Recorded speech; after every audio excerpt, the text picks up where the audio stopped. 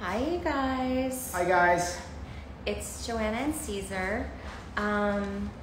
We are coming at you live. Cesar's usually not on camera, so this is exciting.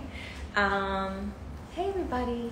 So, we, as you all know, had to unfortunately go back to being closed in Los Angeles yesterday, which is unfortunate. But so we were talking last night about what we could do, and we wanted to kind of share some of our personal story and how we built our brand together just to inspire other people. Our industry is really struggling right now for existence, really. And a lot of estheticians follow us on Instagram. A lot of estheticians reach out to me on a regular basis. Hey, Marianne. You know, we just want to kind of help. And we thought maybe if we shared some of our struggles and some of our challenges, maybe we could help other people be inspired to use this time to think of different ways that you could create and out-create what's happening right now, so that when we're all back in business, your business will come back stronger, or you'll be stronger because you can implement new things. So that's what today's talk is going to be about. Cesar and I are typically pretty private people, and I certainly didn't become an esthetician to be in front of the camera. So it's not that we don't share things with you for any other reason, that it's just not our go-to. We didn't grow up taking selfies and stuff, so it's not really our normal thing. So anyways, Also, I wanted to say, you know, like, obviously we hope that this helps somebody or people in general, because there is a lot of uncertainty as to how as a business you're to proceed. But it's not just as a business, you know, how do you proceed as an employee, you know, what are your tools, or what are the things that you need to actually hone in order to just be better. We're not trying to come off as gurus or somebody that knows everything or all there is to know about any particular business. I just want to make sure that everybody really understands that, you know. But we just want to come from a place that might be of help to somebody, and we hope that it serves you, and if that's the case, then great, you know. If not, please, you know, share your comments as to how that will be better for you or for somebody out there, because I think everybody sort of needs to help each other at this point in time in order to rise up and beat this thing. Yeah, I think one thing that we pride ourselves on is trying to share whatever we know with our staff so that they can be successful. It's something that was really important to both of us when we started our company, just because I know in my industry I always looked for a mentor that I never had, and certainly I know that my husband feels the same. So we're going to give you a little backstory and talk about how we started the company together. You want to start? Yeah, sure. So I used to work for a company as a business consultant, and I was pretty successful. I actually enjoyed it quite a bit.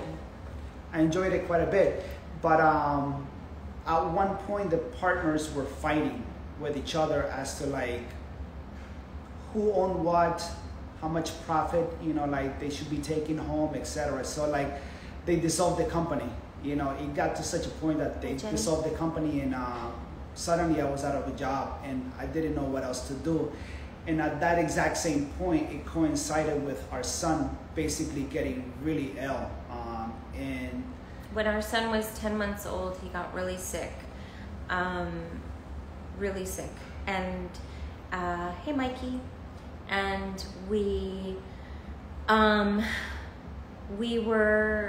Cesar was still working at that time, and so we were struggling even trying to get the baby to the doctor. we kept on taking him to doctors because I knew something was wrong, and I was being told that I was just worried first-time mom, and that he was going to be okay, but he was very, very sick. And as Cesar said, during that month that my son was ill, his company basically dissolved, and our son wound up in the hospital. And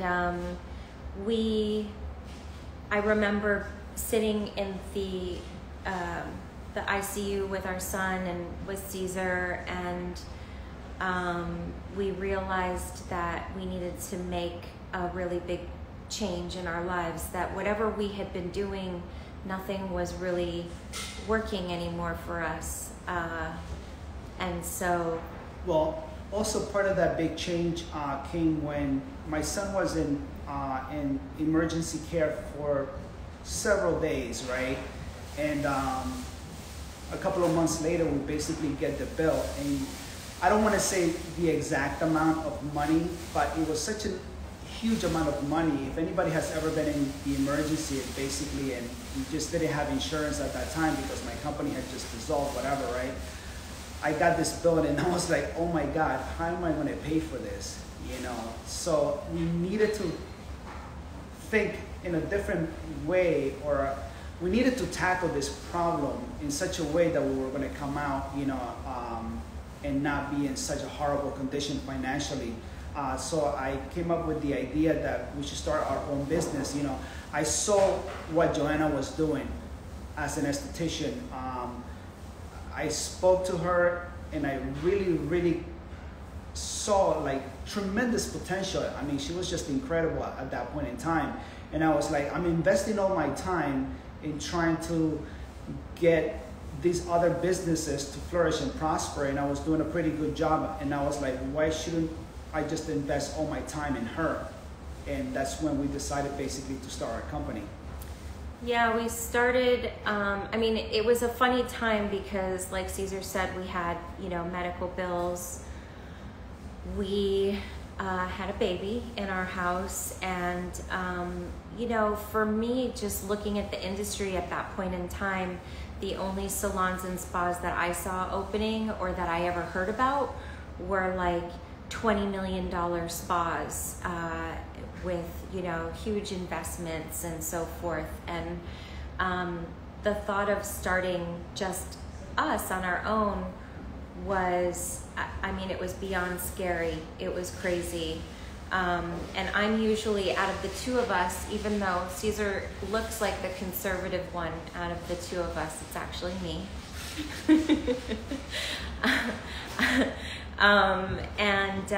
So I was really worried about it, but he was like, I know we can do this. I know we just combine our skills, you know, it's like putting everything that I knew together with everything that he knew together. And so, I know that we've shared this before, but we actually started our salon on credit cards. You know, and Joanna is super smart, by the way. A lot of people could think that, you know, like we were taking a huge risk, and, you know, basically we were told that we were taking a big risk, you know, starting our own business. Well, we were exactly told by everybody that we knew that we were going to fail and that we were crazy. Actually, go for it. They were like, I don't know why you're doing that. That doesn't sound like a good idea at all. Yeah. So we weren't having very many uplifting conversations outside of just the two of us. And it's actually something to this day that we have as a policy between the two of us, that we don't really discuss new things with other people, because a lot of times people have a tendency to tell us that it's not a good idea.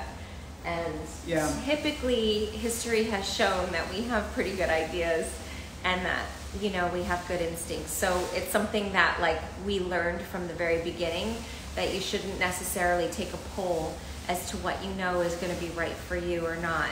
And that was like a first-hand experience. Everybody telling us, don't do it, you're gonna fail. Yeah, it takes quite a bit of courage and quite a bit of like, I wouldn't call it drive or courage, but perhaps it's just sort of like just jumping in. Or stupidity. And stupidity, that, I mean, if I knew what I know now, I was like, oh my God, bliss. I don't know if I want to do this all over again. Yeah, we just didn't, I mean, we didn't know how hard it was going to be, certainly, and that's kind of like, maybe the main purpose of the talk is to tell you that, you know, there are going to be challenges that come up in your career and in your business, if you're a business owner, that are huge and will seem insurmountable. You know, we're in one right now, but I know that we can overcome this because I've experienced overcoming extraordinary difficulties over and over again. So we put everything on cards, what we were going to get for the company, and we got an office that was 290 square feet. Super tiny, by the way. You have to actually, whisper. Yeah, it's in the same building that we're in now in New York City. We never left that building. But it was a really tiny space. It had 2 rooms and like a really super tiny reception area. And so if I was giving a treatment, I would have to whisper to my clients because anybody who else was in the salon at the time could hear everything that was going on behind the closed door. I didn't have an office. I basically worked from home. Yeah. It's not like I could just show up because literally it was so small that one extra person just did not fit in there. Yeah, so we started our company on cards. We had acquired a small space and we thought, like, we have a space, we have a telephone, you know. We have a website. We have a website. Now the phones are gonna ring. And unfortunately, the phones did not start ringing right away. So we had to kind of like figure out what we were gonna do next. I had a friend who was a freelance PR person, and she was extraordinarily helpful at the beginning, just trying to, and you know, you guys have to understand, like, nobody knew who I was. Like, I wasn't Joanna Vargas, I was just Joanna Vargas, you know what I mean? So, you know, she tried to help us. And then I thought we got the biggest break of all time. So at this time, I don't know if Allure still does this, but at this time they had a directory, and they would send editors into salons to try out facials without announcing that, you know, we're from Allure. And they would just get a facial like a regular client, and hey Jordan, and if they liked it, they would include your salon in the directory. And so this woman came in, I gave her a facial, and you guys have heard me talk about this before. So the only thing I had were my skills as an esthetician. Love you too, Jordan. So I just tried to concentrate on giving everybody amazing facials. And for any esthetician that's watching this, or any small business owner, you know, that's all you have is your own skill, your own knowledge, and you need to impart that to your clients, no matter what business you're in, but particularly the beauty industry. I think you have to kind of focus on, what did the client come in for? You know, that's the first question we always ask at the salon now. What inspired you to come in? Because clients usually have something that they'd like you to address, and then you have to give them some goal for their skin in the future. So, but also, you know, I want to say this. Me and Joanna used to talk literally every day, right? And one of the things that as we were developing our business plan, one of the thoughts that we had was that we wanted to deliver the best service that we could possibly muster, you know. Joanna came up with all of the protocols, of course, you know, and then she implemented them, and then she used those exact same protocols so that I could train any esthetician that basically we hired thereon. But the interesting thing is that, you know, like, that was at the top of the list, you know, because we knew that you have to deliver something far above what somebody expects. Because if you deliver the exact same thing that every other salon or spa is delivering, you're not going to make it, because you're just going to be that forgettable. If you're the same as Spa A, why should they come to you? I mean, you might as well just go to either Spa A or Spa B because there's going to be no difference. But Joanna really developed like very specific protocols that were just amazing because she knew the industry so well that she was like, well, I'll just do these things and I know that's going to really work. And it was my job to like promote that, make it known. I mean, I think, you know, like a lot of times estheticians will ask me what types of machines I have at the salon now and so forth. And really, I want you to know, like, you have to choose what's right for you and what you know you can do and what clientele you're expecting to bring in, if that makes sense. You know, the decision on whether to buy machine A or machine B, it has to be personal. My machines are not what makes us a success. I vet all my equipment and I think it's really good, but you can't just take a machine and expect success. Does that make sense, you guys? But also, you know, like Joanna told me this lesson very, very well. You know, like it's not about how much money you spend on the machine. And her machines normally are very expensive. And I was like, but that Cesar machine makes fun of me. He's like, I don't even know why I bother asking you. You're always going to want the most expensive one. It's like she just knows, like, that expensive one. But, you know, like she picks the machine that actually will perform the job. And well, it's not just performance, it's also training. It's also what kind of support the company will give our company in terms of like, what if the machine breaks? Do we get a loaner? What can you replace parts? Is there a warranty? Is it easy to learn? Can I teach another person how to do this in a uniform manner? All of those things go into how I actually pick something. But anyway, we digress. I came up with some protocols that I thought would be good, and I wanted to make sure that whenever anybody came for a facial that they felt like it was so good they had to tell somebody. So this woman came in, and you know, at that time we were so small, all the clients I ever got were referrals from other clients. So I asked her, who told her about me, and she was like, oh, just around, just in the industry, which I knew like it couldn't have been because nobody knew me in, you know, whatever, we were just too small. And she left. I gave her a good facial, she left, and then we found out, I think Allure warned us that we were going to get a review before it was published. And Cesar and I was like, oh my God, we made it. It's gonna be so awesome. We're gonna be in Allure. And the phone's gonna start ringing. Yeah, we thought the phone was gonna be ringing off the hook. We were like, should we get a second line? We really thought that.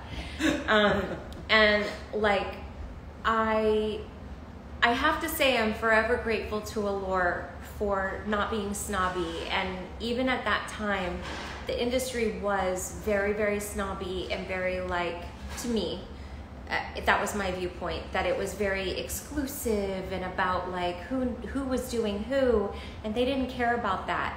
Well, how big your space was. They wanted to know who was giving good facials, and like I really admire that about them, that they were that like dedicated to just writing about what was good, because that wasn't the way it seemed to me at the time. So anyway, they told us they were going to write about us. It was going to be in an issue coming up, and I swear to God, I went to the newsstand the week that the magazine was coming out, like every morning. We bought 10. When it came out, I was like, oh my God, it's here. We're in Allure. And like, you know, the directory, the write-up was like this big, but it was really sweet what they wrote about me and about the facial. It was really nice. And we got, I think, maybe 5 new clients from that. And that was amazing, but it wasn't the 8,000 clients that we thought we needed in order to stay in business. And so we were like, ugh, what are we gonna do now? What we did was we used part of that quote to put it onto like some sort of promotional piece that we would send out to like people that we acquire like a list for. But we were promoting actively, you know, like that Joanna had been in Allure, because we just utilized that PR and put it into marketing. And you know, there was no Facebook back then. We didn't even have a blog. There was no Twitter or anything like that. But we needed to like somehow send out some sort of information about this review that we got, and we thought it was excellent. And what I'm trying to say is basically you've got to make yourself known, because you could be the best facialist or the best company in the world, but you somehow have to let people know that you exist, that you are providing a really great service that has been noticed by this major force in the industry, or in the beauty industry, which is Allure at this point in time. I think what I want to say to you guys now is like, and this is something that we encourage our staff to do, and you've seen some of my amazing estheticians on our, you know, our Instagram page. If you're closed right now, try to out-create it and make yourself known anyway. Like, talk about your facials, do a facial on yourself, talk about what you think your skincare philosophy is, talk about treatments you like, what you've seen results with, talk about client testimonials, things that you've seen your clients have gotten a boost from your treatments. Those are all things that you could focus on during the time if you are closed. I know some states are still open, and I don't know what's going to happen if we're all going, I just don't know. But it's something to focus on that's really positive, instead of just kind of sinking down into despair, which some people I know are doing right now. Yeah, there's no time to give up right now, or feel sorry for yourself, or, you know, like just sort of like just throw your hands up in the air and just give up, you know. It is a workable solution to promote yourself, because if you're not doing it, nobody will, unfortunately. Yeah, I mean, I think like if you're just starting out, focus on each client that you have is a chance for promoting yourself. In other words, if you make somebody so glowy and so happy and so much more confident, that person, man or woman, is going to go out into the world with that beautiful face, and they're going to tell people, because they're going to get compliments. Ask them to leave you a review, you know, Yelp, Google, somewhere, you know. Yeah. Ask them to please refer somebody else for you. Yeah, that's what I used to do. I would be like, here are 2 business cards. Please give them to 2 of your friends. And, you know, that's kind of how we did it. We're kind of sharing our beginnings with you guys, because we want you to know that we didn't start out big, or I didn't start out as me. You know, I was just a working esthetician trying to figure out how to give what I loved to my clients, which is that boost of confidence that people feel when you know you've given a good service to somebody and they walk out and their back is straighter and they're smiling and they're so grateful. That's what I got into this business for, you know. And also you gotta realize, you know, just again, back to the promotional step, right?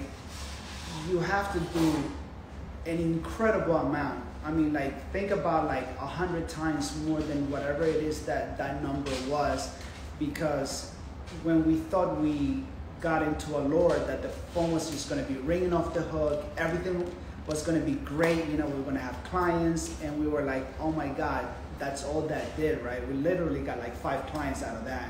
So, but that was amazing. Thank you, Allure. Thank you so much. I love it, you know.